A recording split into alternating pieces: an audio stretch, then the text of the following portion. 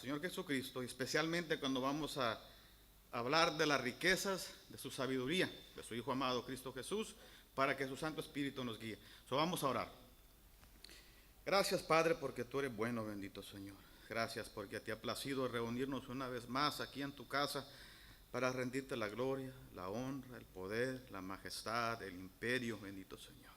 Gracias por todos los que estamos aquí. Te pido, Señor, que me des palabras para esta gente y te pido que abras su entendimiento, bendito Señor, para que juntamente crezcamos en tu palabra, que así como dice Juan, que la unción de tu Santo Espíritu nos guíe a través de ella para que todos crezcamos a la estatura del varón perfecto, tu Hijo amado, Cristo Jesús. Padre, te pongo todas las actividades, Padre Santo, de esta iglesia en este día, comenzando con esta escuela dominical, con el servicio que viene a las 10:30, con los cantos, Padre. Te pido que sean de grado ante ti, las ofrendas y especialmente la predicación de tu palabra. Te pido que sea de bendición al pueblo y guiada por tu Santo Espíritu. Te pido que todos los sacrificios de alabanza que levantamos hoy sean agradables a ti, para tu gloria y para tu honra. Te lo pedimos, te lo agradecemos, en el nombre de tu Hijo amado Cristo Jesús, en el cual nos refugiamos. Amén. Hoy vamos a estar tratando un tema un poco duro para ciertas personas, un tema un poco controversial. El tema sería: ¿puedo perder mi salvación? ¿Sí o no? Este tema ha causado divisiones grandes en iglesias. He conocido hay iglesias que se han separado, gente que han corrido de la iglesia porque creen de la manera que vamos a explicar ahorita, que la salvación, les voy a dar la respuesta desde ya, y lo voy a sustentar a través de la enseñanza. Su salvación no la puede perder. Un genuino hijo de Dios no puede perder su salvación, y eso es lo que enseña la palabra. Pero cuando se comienza del punto de vista de que yo soy el hombre, cuando digo yo, el hombre tiene más autoridad que Dios, se llega a la conclusión incorrecta. Siempre debemos de comenzar con la siguiente presuposición: que la Biblia es para la gloria y para la honra de Dios. Mi vida es para la gloria y para la honra de Dios. Todo lo que hago es para la gloria y la honra de Dios. De por sí, la primera pregunta en el catecismo de Westminster sería: ¿qué es el fin más grande del hombre? El fin más grande del hombre es servir, darle gloria, honra a Dios y adorarlo por todo en eternidad. Pero se comienza con la soberanía de Dios. Dios está encargado, no con uno. No vamos a comenzar a hacer nuestra teología de abajo hacia arriba. Nuestra conciencia tiene que ser informada de arriba hacia abajo. Así como en el velo, cuando el Señor Jesucristo muere, ¿cómo se rompió el velo? El velo se rompió de arriba hacia abajo, mostrando que todo comienza, es simbólico, comienza con Dios hacia abajo, no comienza conmigo. Yo no le doy una oportunidad a Dios de que me salve, me dé, no le doy un privilegio de salvarme. ¿Quién soy yo para darle ese privilegio a Dios? Dios me da el privilegio a mí de servirle. Vamos a comenzar vamos a Hebreos. Disculpen, vamos a Tito. A Tito 2. Es todo lo que lo buscan.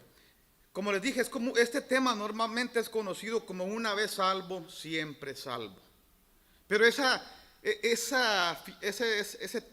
etiqueta no me gusta. ¿Por qué? Porque lleva mucho bagaje con él. Porque normalmente cuando una persona dice una vez salvo, siempre salvo, lo que muchos que están de desacuerdo, el hombre de paja que levantan y después queman, sería: si ya Dios te salvó. ¿Cuántas veces no escuchaba esto en púlpito? Te puedes ir lo primero que dicen, al bar y con las mujeres. No, una persona que genuinamente ha sido salva, que el Espíritu Santo ha trabajado en él, lo ha convencido de su pecado y de justicia, lo más lejos de su mente va a ser irse al bar con las mujeres. Lo en su conciencia va a ser agradar a Dios, aquel Dios que le ha hablado. Me gusta más el término más teológico, más de los reformados, que sería la perseverancia de los santos. ¿Cómo perseveran los santos desde el momento que Dios les habla? Porque sí, hay un momento que aunque somos escogidos, y ahorita lo vamos a ver, pero hay un momento en el tiempo y en el espacio que el Espíritu Santo trata con usted. Y desde ese momento hasta la eternidad, hasta que usted muera, como el Espíritu Santo es quien lo mantiene en los caminos del Señor. Y no es ni aún ni por su propia voluntad, es el trabajo completo del Espíritu Santo, del Dios Trino. Entonces, si podemos perder nuestra salvación, tenemos que decir, primeramente, no tuvimos que ver nada con nuestra salvación, y ahorita lo vamos a probar.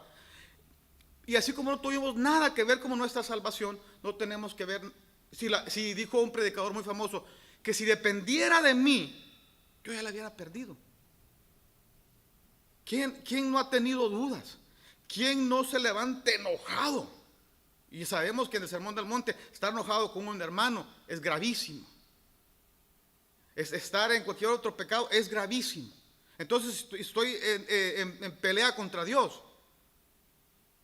¿Por qué? Pues tenemos dos naturalezas. Y no sé si me meto en eso, pero ahorita quiero regresar otra vez a lo de la voluntad de Dios para aquellos a quien Él les habla. Tito 2, capítulo 2, verso 13. Vamos a comenzar a leer para dar un poco de contexto en el 13. Aguardando la esperanza bienaventurada y la manifestación gloriosa de nuestro gran Dios y Salvador Jesucristo. De por sí, si alguien alguna vez se topa con los testigos de Jehová, llegan y le tocan la puerta los sábados en la mañana, puede usar este versículo. Aquí claramente dice que nuestro Señor Jesucristo es Dios, porque sabemos que ellos creen que es el arcángel Gabriel un ser creado, pero aquí le puede servir este versículo para hablar con ellos. Ahora el 14, ¿quién se dio a sí mismo? Nuestro Dios y Salvador Jesucristo, por nosotros. ¿Para qué? Por eso es que Dios se dio por nosotros, para redimirnos de toda iniquidad y purificar para sí un pueblo propio, celoso de buenas obras. Si la voluntad de Dios era redimirnos, salvarnos, guardarnos, para estar con Él en la eternidad y purificar un pueblo suyo, entonces la pregunta sería, ¿puede la voluntad de Dios ser estorbada por mi voluntad? Yo diría que no. Entonces volvemos a lo mismo. ¿Puedo perder mi salvación? No. ¿Por qué? Porque Dios ya prometió purificarme. Esa es la voluntad de Dios. No hay otra. Ahora vamos a Hebreos 7, 25.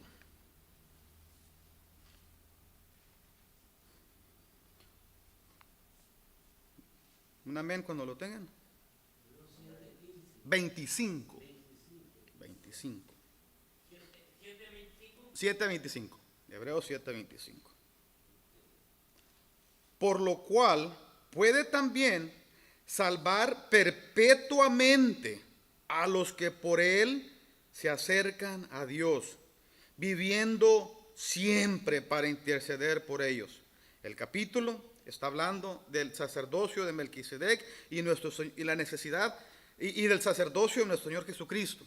Nuestro Señor Jesucristo habla y dice que ya Él puede salvar perpetuamente y eternamente. ¿Por qué? Dice, porque ya no es como los sacerdotes de la antigüedad, que morían el sumo sacerdote y había que reemplazarlo con otro. Pero el Señor Jesucristo ya no muere y puede perpetuamente. Perpetuamente quiere decir para siempre, sin terminar en el pasado, viviendo siempre. ¿Para qué? ¿Qué es lo que va a hacer este sumo sacerdote? ¿A qué dice ahí que hace? ¿Para qué? Para interceder. Interceder. ¿Cuál era la función del sumo sacerdote en el Antiguo Testamento? Interceder. ¿Y por qué se tiene que cambiar? Porque moría. Y ahora este sumo sacerdote ya no muere, vive para siempre. Se presentó ahí en el cielo con su propia sangre, intercede para siempre por aquellos que fueron llamados, que Tito nos dijo, que quiere justificar y santificar perpetuamente. Entonces les vuelvo a hacer la pregunta: si Dios mismo, el sumo sacerdote del universo, está intercediendo por ustedes, ¿es posible que usted pierda su salvación? No. Esa es la confianza del cristiano, que no depende de nosotros, depende del Rey del universo intercediendo por nosotros. El sumo sacerdote Jesús, la segunda persona de la eternidad, intercede por nosotros perpetuamente ante el Padre. Si nosotros aceptamos al Señor y después se dice la perdimos, es porque nosotros nos hemos acercado de verdad. Exacto, y vamos a llegar a esas objeciones en unos momentos.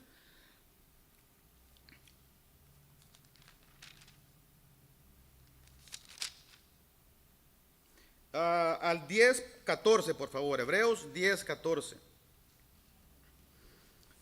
Hablando todavía del sacerdote que se presentó él mismo, porque con una sola ofrenda hizo perfectos para siempre a los santificados.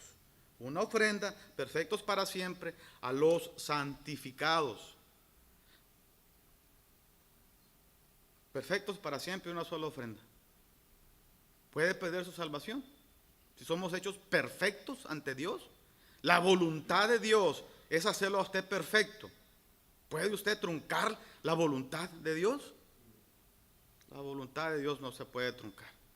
Y todos aquellos, como dijo el hermano Robertito, y es una objeción muy, muy válida, caminaron entre nosotros, estaban entre nosotros, hablaban como nosotros. Quizás, ¿cuántos no he conocido? Muchísimos. ¿Qué pasó? La pregunta es esta: ¿puede ser aplicado todo el trabajo del Dios Trino, del Padre, del Hijo y del Espíritu Santo, la redención? Dice Pablo que hemos hecho sabiduría, justificación, la redención de Dios, la ira de Dios, todo eso fue puesto en nosotros, en Jesús, y nuestra basura puesta en Jesús. ¿Puede ahora todo ese trabajo revertirse? ¿Quitarlo de aquí y echarlo afuera? ¿No sería eso, como dice el mismo escritor de Hebreos, pisotear la sangre de Cristo y volverlo a crucificar? Entonces, ¿a dónde? Volvemos a lo mismo. ¿Quién tiene más soberanía? ¿Dios o la creación? ¿Quién es soberano? Dios es soberano, y como Dios es soberano, su salvación es perpetua y eternamente, porque esa es la voluntad de Dios. Vamos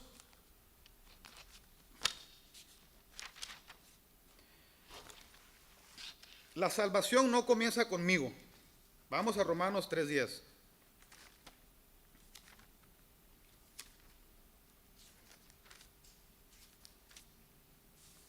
Esta es la condición del hombre, como está escrito.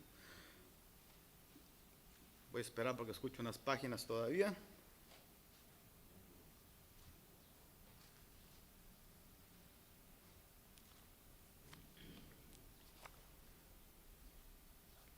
Okay.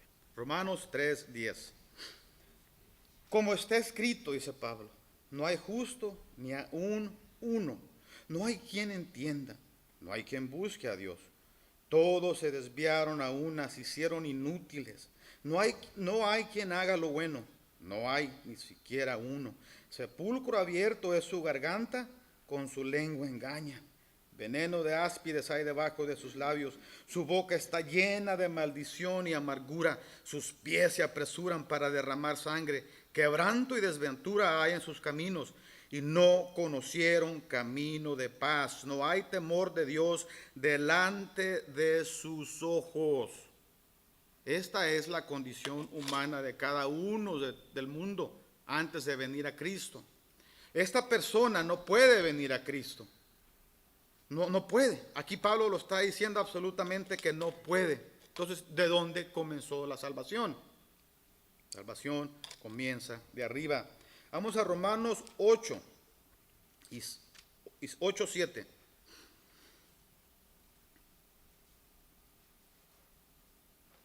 Hablando de la condición humana todavía de la persona, dice, por cuanto los designios de la carne son enemistad contra Dios. Los deseos de la carne son enemistad contra Dios, porque no se sujetan a la ley de Dios, ni tampoco pueden. Pablo está haciendo aquí un contraste en la persona que vive por el Espíritu y los que viven por la carne. Los que son salvos y los que no son salvos. Los que no son salvos no pueden sujetarse a la ley de Dios, el 8. Y los que viven según la carne no pueden agradar a Dios. El acercarme a Dios, el recibir, el reconocer que soy pecador, es obra del Espíritu Santo. Porque no me puedo acercar a Dios, no puedo, no tengo la habilidad. Entonces volvemos a lo mismo, esta salvación viene de Dios, del cielo. Vamos a Romanos 9:16. Así, y aquí Pablo está hablando de los dos hermanos, de Jacob y Esaú, que eran gemelos. Los dos son gemelos de la misma madre, nacen segundos aparte. Y él está hablando ahí de la salvación. Escoge a uno para salvación y a otro para reprobación. Y hace el siguiente comentario.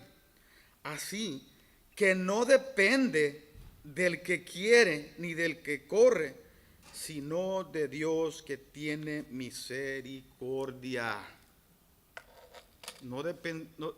Mi salvación no depende de mí, no depende de usted. Depende de quién. ¿Que tiene qué? Que tiene misericordia. Tiene misericordia de nosotros. Vamos a Romanos, Romanos 2:4. Cuando lo tengan, un amencito para saber que ya lo tienen. Gloria a Dios. Y Pablo hace la siguiente pregunta. ¿O menospreciáis las riquezas de su benignidad? Dios es benigno con nosotros, su paciencia y su longanimidad, ignorando que su benignidad te guía al arrepentimiento. La benignidad de Dios, la bondad de Dios es la que nos tiene aquí caminando en sus caminos. Si Dios no nos mantuviera en ese camino, no estuviéramos aquí. Cada quien estuviese en su casa, viendo televisión, tomándose un café, otro donut. Pues es rico quedarse en la casa, tomar café y donuts. Lo hice por mucho tiempo, cuando me aparté un rato de la iglesia. Se acostumbra uno a lo malo, a lo que no agrada a Dios, uno se acostumbra tan rápido a esas cosas. Pero la benignidad de Dios, la bondad de Dios es que nos tiene en sus caminos y seguimos firmes aquí. No menosprecien la gracia de Dios. ¿Por qué? Porque es la que nos mantiene en los caminos. No es mi voluntad. Si el Espíritu Santo dejara de trabajar en mí ahorita, me voy de aquí. ¿A quién le cabe venir un domingo a hablar de un maestro, un rabí que murió hace 2000 años? Como un criminal. Si no fuese porque el Espíritu Santo, su mismo Santo Espíritu, trabaja para convencernos de esos pecados y de convencernos que el que murió en esa cruz no era nada más un rabí cualquiera.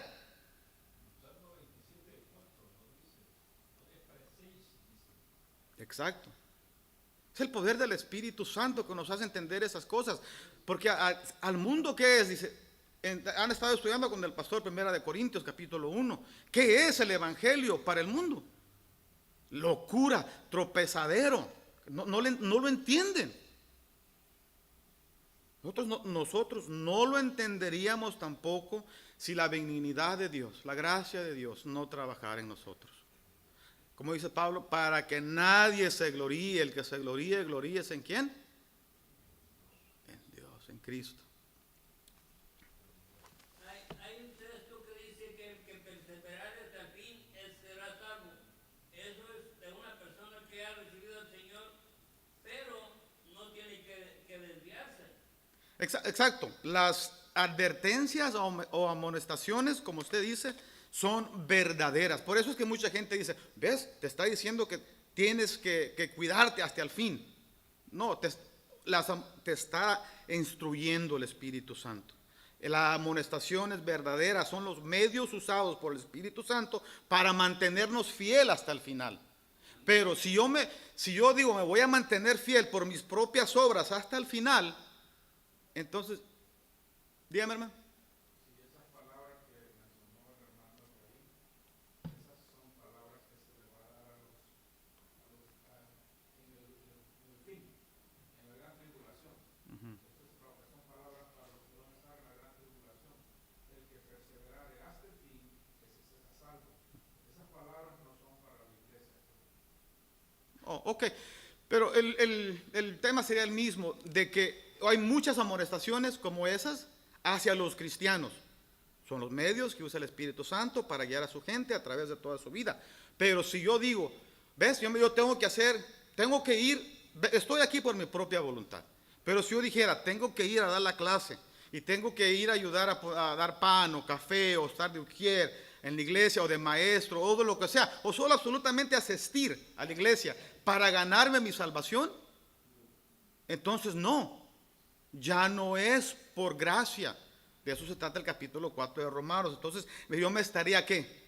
Ganando la salvación. Entonces esa persona que piensa de esa manera, pues quizás no es salva. Porque perseverar, ¿qué quiere decir? Mantenerse fiel. Estemos constantes. Constantes, exacto. Pero un verdadero cristiano va a ser constante. Y hacer las cosas con amor, voluntariamente. ¿Y eso de dónde viene? Es trabajo del Espíritu Santo. Exacto, eso es lo que estamos diciendo, Martín. Que estamos hechos para buenas obras, Él no miente. Todo el que es hijo de Dios está hecho para buenas obras. Y Él conoce la forma de qué son buenas obras. Aunque estemos en el pecado, en las formas de vida que nos den lugar a pensar que no somos buenos, y que por cierto no somos buenos, Dios conoce nuestros corazones y sabe que delante de Él ya hemos sido perdonados, ya somos buenos, no tenemos pecado y por lo tanto somos salvos. Decir que tenemos que esforzarnos es la manera humana que nos motiva a llevarnos esa conducta. Lo más importante es reconocer que siendo salvos ya tenemos el paquete completo delante de Dios. Claro, las obras no salen por necesidad de ganarme la salvación, sino salen de agradecimiento. O, como dijo el Señor Jesucristo, o sé del árbol malo, o sé del árbol bueno y dar mal fruto o dar buen fruto. Son resultado de la nueva vida que el Espíritu Santo nos da. Gracias a todos por sus comentarios. Vamos a volver a regresar. Quiero enfatizar de dónde es que viene la salvación, porque quiero que les quede claro que no fueron ustedes los que iniciaron la salvación. La salvación ¿por qué? Porque es muy importante, porque se llegan a estos problemas grandes, como la división de iglesias. He conocido muchas iglesias que este tema los separa. He conocido iglesias que este tema corre a gente de la iglesia. ¿Por qué? Porque ellos son más poderosos que la voluntad de Dios. Pero la salvación comienza con Dios en la eternidad. Génesis 3:15, cuando el hombre cae, no le llega a Dios como una sorpresa. Cayeron, Adán y Eva, ¿qué hicieron? ¿Y ahora qué hago? No, él ya sabía. Sus planes, dice, creo que en Hebreos, están terminados. Su trabajo está terminado desde antes de la fundación del mundo. No le cayó como sorpresa. Y él mismo da la salida a la caída. Ellos tratan de ganarse su salvación, van y se ponen delantales de hojas. Pero ¿les cubrió eso? No, ¿qué hizo Dios? Les puso delantales de piel.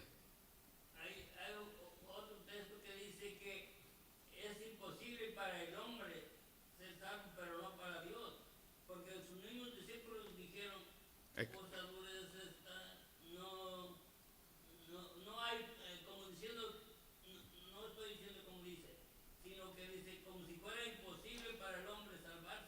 Sí. Mateo 19, cuando el joven rico.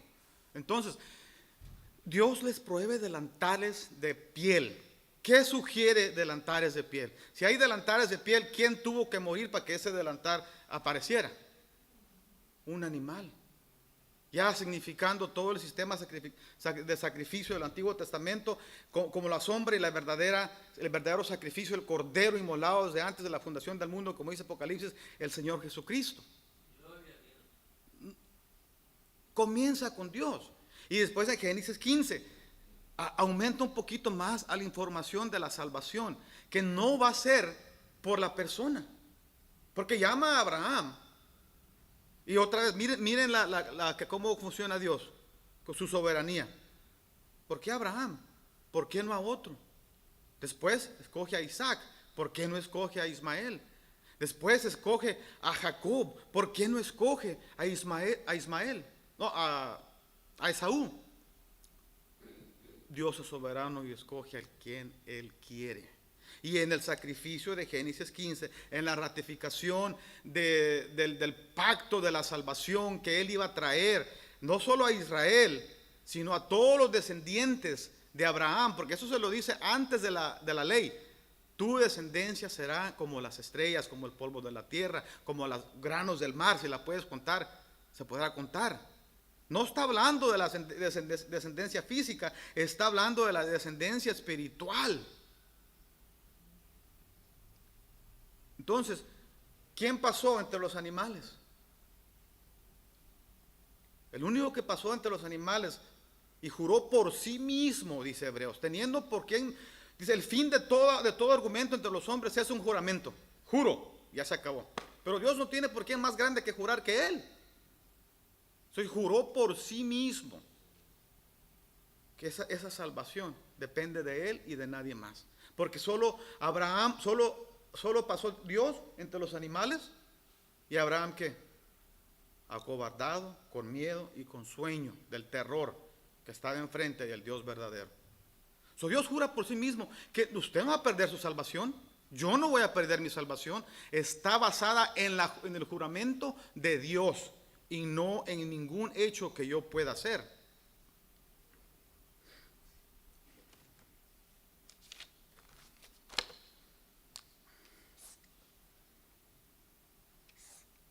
Okay. Vamos a 2 de Timoteo 1:9.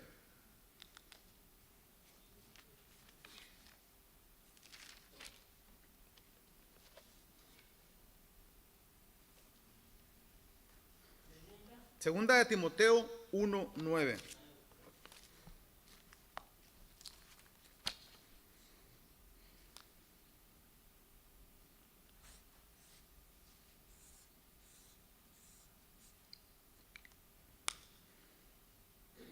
La salvación, sigo enfatizando, comienza con Dios. Segunda de Timoteo 1:9 dice lo siguiente: quien nos salvó, y quien nos salvó, si leen el 8, está hablando de Dios.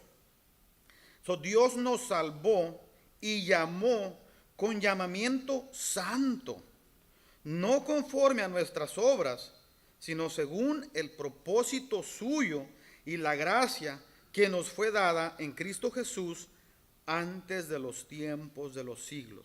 ¿Quién llamó? Dios llamó. ¿Con un llamamiento qué? Santo. Okay. ¿Y tuvimos algo que ver con eso? No conforme a nuestras obras. ¿Qué quiere decir esto? No hay nada absolutamente que yo pueda hacer para ganarme la salvación. La Biblia es enfática en esto.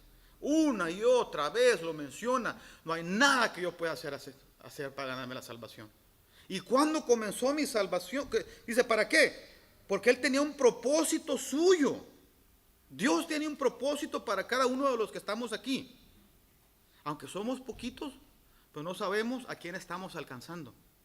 No sabemos cuando el hermano, a lo que yo estoy diciendo, quizás él se lo comunique a otra persona, de cómo le va a servir a la otra persona, cómo lo va a levantar en su alma, cómo lo va a afirmar en los caminos. Dios tiene un propósito para cada uno de los que están aquí. Y aunque no lo sepamos, en la eternidad nos vamos a dar una gran sorpresa de cuántas vidas quizás tocamos. Pero no por nosotros, sino por el propósito de Dios mismo que comenzó en la eternidad.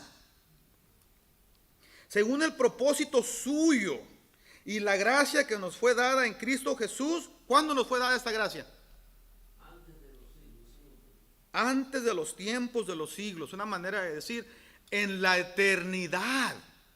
Antes que usted existiera físicamente, ya existía, no existía, pero Dios ya tenía un propósito para usted. Dios ya sabía que usted iba a estar hoy aquí en este día, sabía que yo iba a estar aquí en este día. Entonces, ¿con quién comenzó la salvación? Comenzó con Dios. ¿Cuándo comenzó su salvación? En la eternidad. ¿Puede perder su salvación? Ya vimos en Hebreos lo que dice, que quién está intercediendo por nosotros en el cielo. Cristo mismo, sacerdote mayor que Moisés, el que nunca muere, le intercede al Padre por usted y por mí. ¿Pueden ser truncados los planes de Dios que comenzaron en una eternidad por la voluntad del hombre? ¿Puede usted perder su salvación? ¿Tiene la libertad para irse a meter a una cantina y meterse con las mujeres? No, un verdadero cristiano no va a tener esos deseos. Los va a rechazar, no le van a caber en la mente. Los cristianos tenemos muchas libertades, que no es el tema hoy, pero ese no. ¿Por qué traje ese ejemplo? Porque es el que más se usa. Eres salvo. Ok, ya te vas con las mujeres y para la cantina. Lo he escuchado 1,000,000 de veces. Una persona verdaderamente salva no va a querer desagradar a su Dios. No va a querer ir a meterse al infierno de donde lo sacó su Señor. No va a querer estar ahí. Él ya no corría con esa gente, pero ahora ya no corre con esa gente. Ahora el Espíritu Santo de Dios mora en él. Vino el Espíritu Santo y lo lavó. Vamos a Juan 3.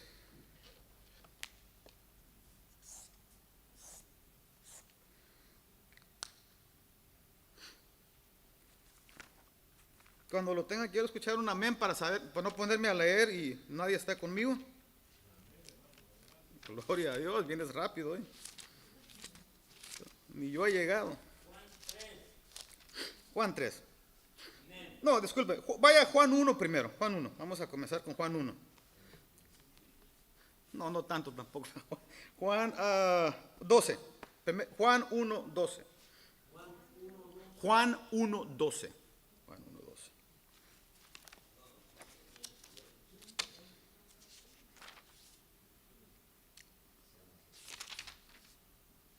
Ok.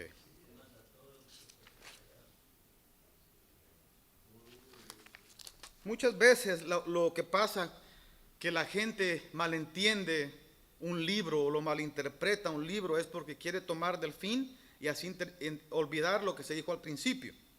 Un libro tiene una secuencia, como una carta. Bueno, ya no se mandan cartas, pero cuando se mandaban las cartas, digan.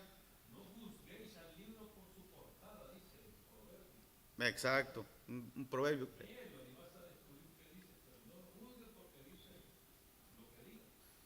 No, sí hay que juzgar por lo que dice, no, pero no por la portada. Pero entonces lo que estaba diciendo es esto. Usted recibía una carta, no comenzaba con el último párrafo. Nadie lee así. Pero cuando se llega a la Biblia, todos quieren leer un pedacito aquí al final, otro en medio y así llegar a su interpretación correcta. No se puede. Se tiene que comenzar desde el principio, como cualquier carta, con la introducción. Todos creo que estamos suficientemente mayores aquí que hemos escrito cartas o hemos recibido cartas, o hemos visto cartas o hemos leído un párrafo en la escuela. No se comienza en el último párrafo y se trabaja hacia atrás. Se comienza de enfrente hacia atrás. ¿Por qué hago eso?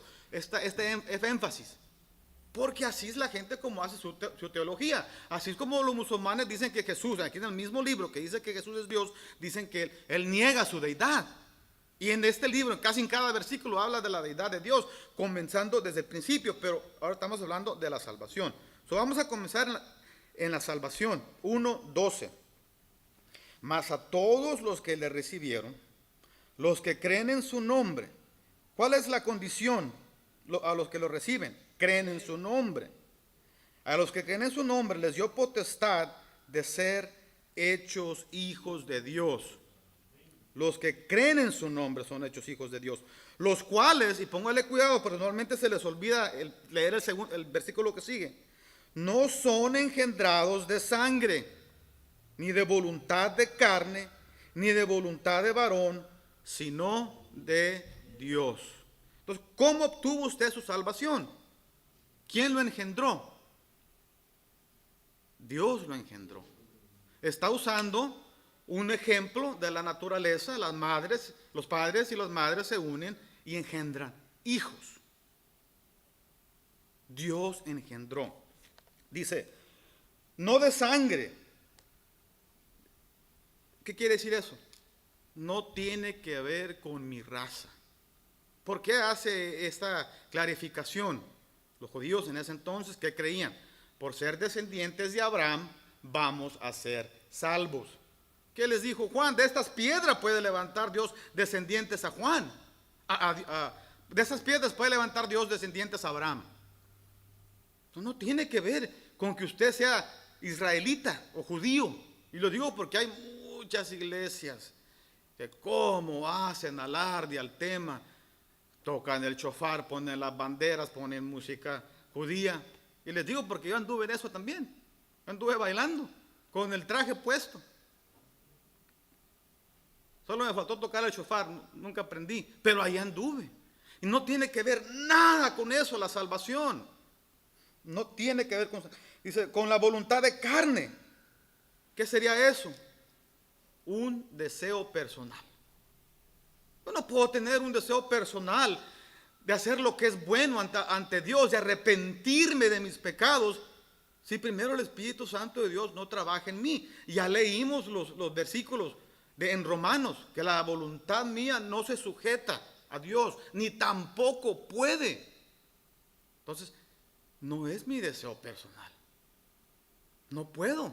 Si el Espíritu Santo no primero me lava, me limpia, me regenera, como dice en Tito 3, lavados por la renovación. Usa el agua que fuimos lavados. Y cuando fuimos lavados, regenerados, ¿qué se nos dio después? Dice, el Espíritu Santo sobreabundantemente.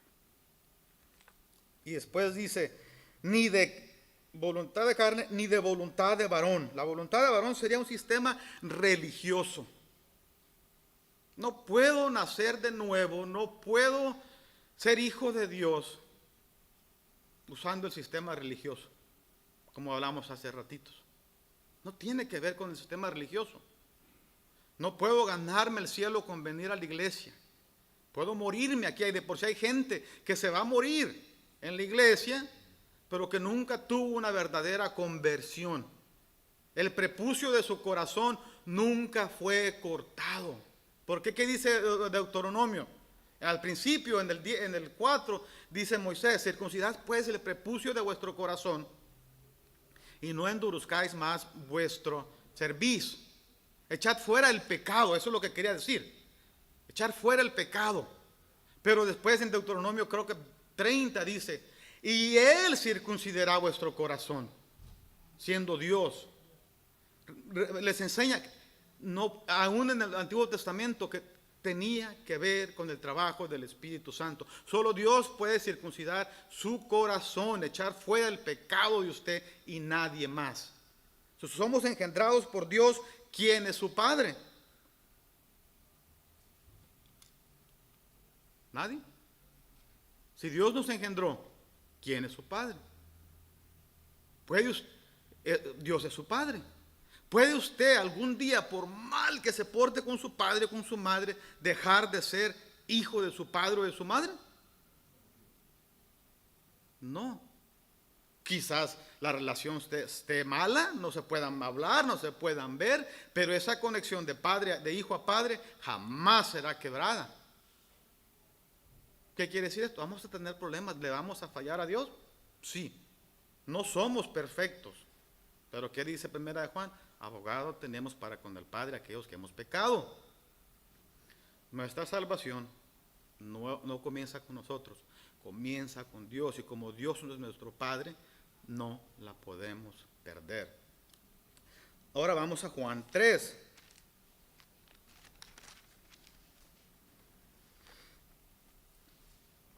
Espero que a todos lo tengan. Vamos a comenzar a leer en el verso 1, 3:1.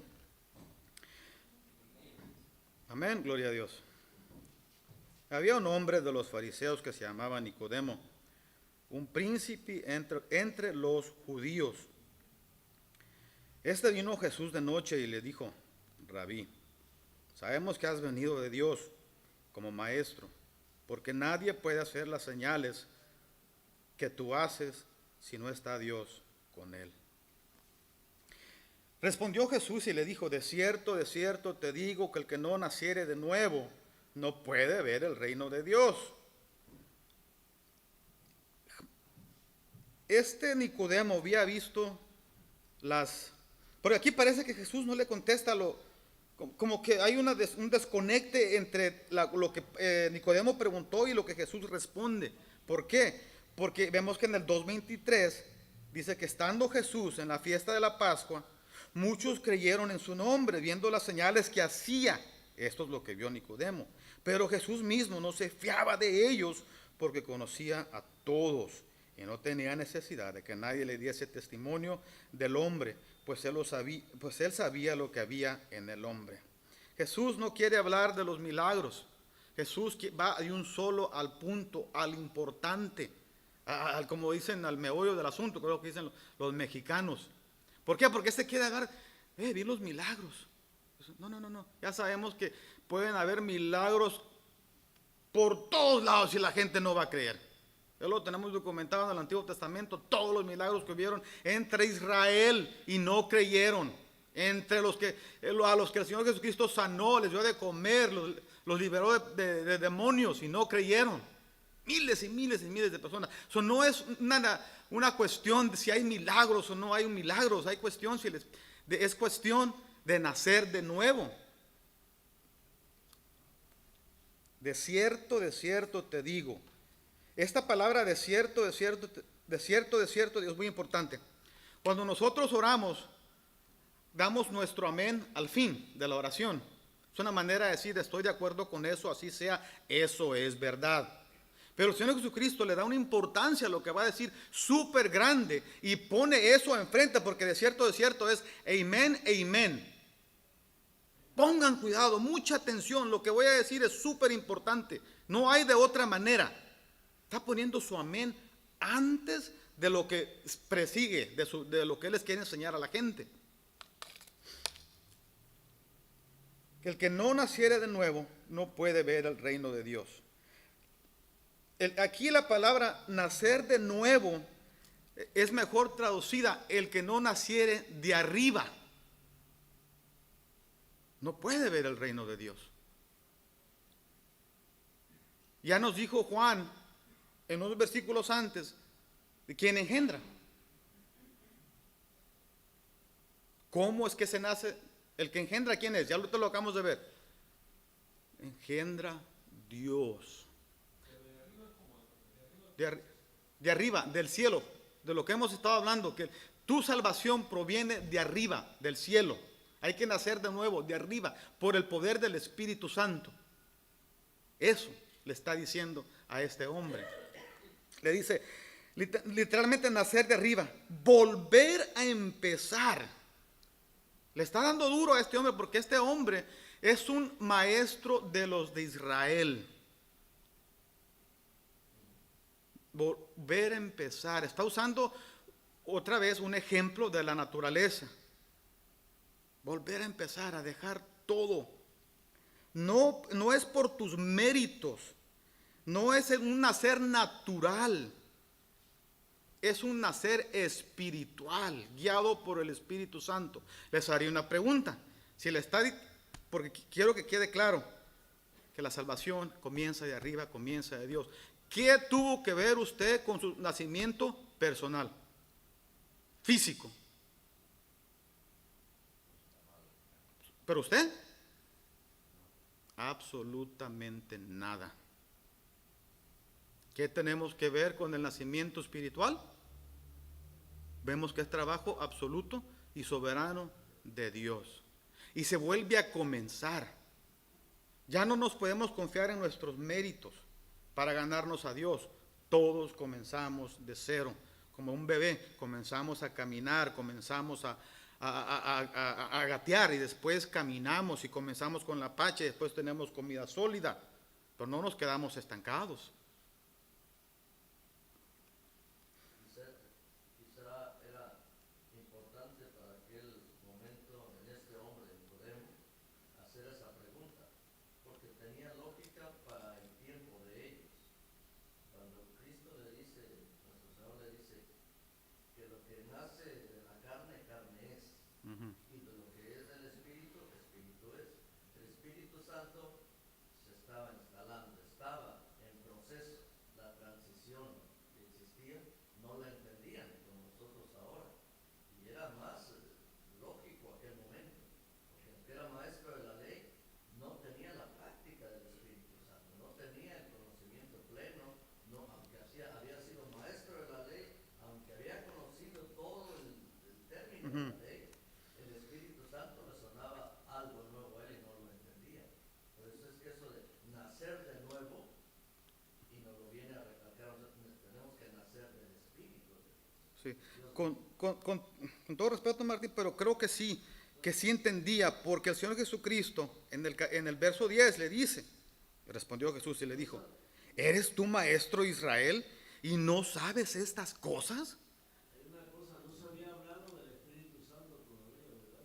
Sí, se había hablado del Espíritu Santo desde Moisés. De por sí era la razón porque tenían el Sanedrín ya por los 70 de que el Espíritu Santo fue derramado sobre ellos, y ahí de esa tradición fue donde sacaron el Sanedrín, los 70.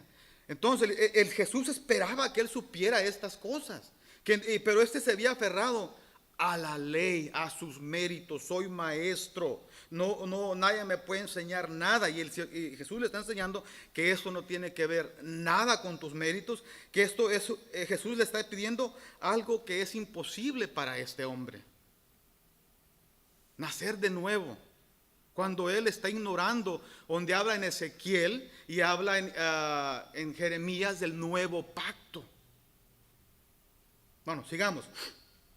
Y vamos a Ezequiel. Ezequiel 36, 24, 25. No, disculpe, vamos a leer 3, 4. Nicodemo le dijo, ¿cómo puede un hombre nacer siendo viejo? ¿Puede acaso entrar por segunda vez en el vientre de su madre y nacer? Obviamente él sabía que eso es imposible, que eso no podía ser. Estaba hablando en retórica. Entonces, ¿cómo? Entonces Jesús le responde, de cierto te digo, que el que no naciere de agua y del Espíritu no puede entrar en el reino de Dios. Ahora sí vamos a Ezequiel 36, 24.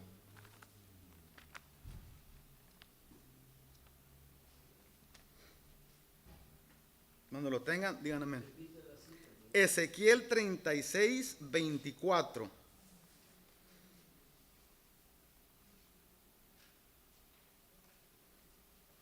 Esto está hablando 36, 24. Esto es el nuevo pacto, lo que está ignorando Nicodemo, lo que él tenía que saber, y lo ignoraba y se aferraba a su naturaleza de ser judío, de ser maestro, de ser rabí, a sus propios méritos. No como Pablo, que Pablo dice, todo eso lo doy por basura, por el privilegio de conocer al Señor Jesús, en Filipenses. Ezequiel 24. Este es Dios hablando. Y yo os tomaré de las naciones y os recogeré de todas las tierras y os traeré a vuestro país. ¿Por qué? Porque en este momento estaban todavía en Babilonia. Y esparciré sobre vosotros agua limpia. La agua siempre ha sido un símbolo de regeneración, de limpieza, de pureza. Y seréis limpiados de todas vuestras inmundicias y de todos vuestros ídolos, y os limpiaré. ¿Quién va a limpiar? Trabajo de Dios. Él va a limpiar. El 26. Os daré corazón nuevo para quitar el corazón viejo, y pondré espíritu nuevo dentro de vosotros, todo el trabajo de Dios, y quitaré de vuestra carne el corazón de piedra, y os daré un corazón de carne. ¿No es este el trabajo del Espíritu Santo, de la regeneración, del que somos beneficiarios nosotros? No fuimos lavados con sus... Y dice, está hablando del Espíritu Santo, porque en Juan 7 dice que en el último gran día se paró el Señor Jesucristo: el que tenga sed, venga a mí y beba. Y después dice, hablando del Espíritu Santo que había de venir. Volvamos. Y aquí en este versículo hay muchas diferentes explicaciones. Hay gente que dice que está hablando del nacimiento natural, de nacer de agua, pero eso fuera una redundancia. El que no nazca no puede morir. No va. Tiene que estar hablando del Espíritu Santo. Y leamos Tito 3:5, porque lo he estado citando, pero no correctamente. 3:5. Tito 3:5. Vamos a citarlo como está en la Biblia. Tito 3:5. Aquí hablando de Dios, nos salvó otra vez, no por obras de justicia, porque no teníamos obras de justicia que nosotros hubiéramos hecho, sino por su misericordia, por el lavamiento de la regeneración, y por la renovación en el Espíritu Santo, el cual derramó en nosotros abundantemente por Jesucristo nuestro Salvador. Trabajo de Dios por su misericordia derramó. Usted tiene el Espíritu Santo de Dios abundantemente. Yo no sé quién anda buscando ser llenado más del Espíritu Santo. Lléname, lléname, lléname, lléname. Lo cantan 1,000,000 de veces. Póngase a leer la Biblia y va a entender que usted tiene el Espíritu Santo, que está sellado por el Espíritu Santo. Se nos está acabando el tiempo. Vamos a Romanos otra vez. Quiero que les quede seguro que no están solos, que su salvación no depende de ustedes, que se depende de Dios mismo. Romanos 8:26. Y de igual manera, el Espíritu nos ayuda en nuestra debilidad.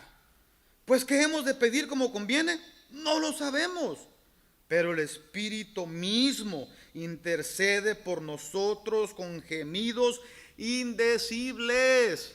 El Espíritu Santo en este momento está intercediendo por usted ante el Padre con palabras que no podemos ni entender. El 8:34. ¿Quién es el que condena?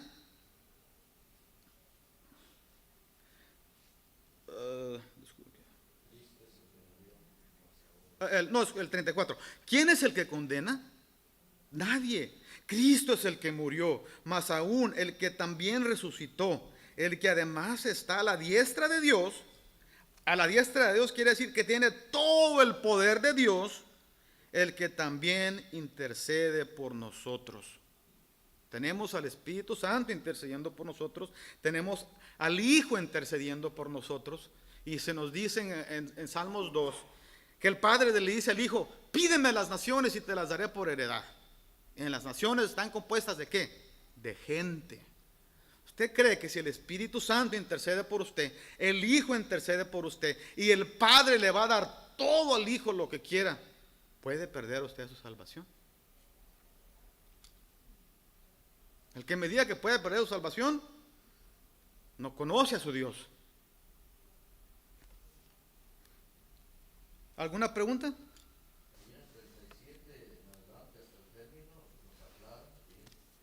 Oh, sí. Antes en todas estas cosas somos más que vencedores. Vamos al 35. ¿Quién nos separará del amor de Cristo? Esto sería de nuestra salvación. Ese es el amor de Cristo. Gracias, Martín. ¿Quién nos separará del amor de Cristo? La pregunta está hecha en la manera que se tiene que contestar en el negativo. Nadie nos separará del amor de Cristo.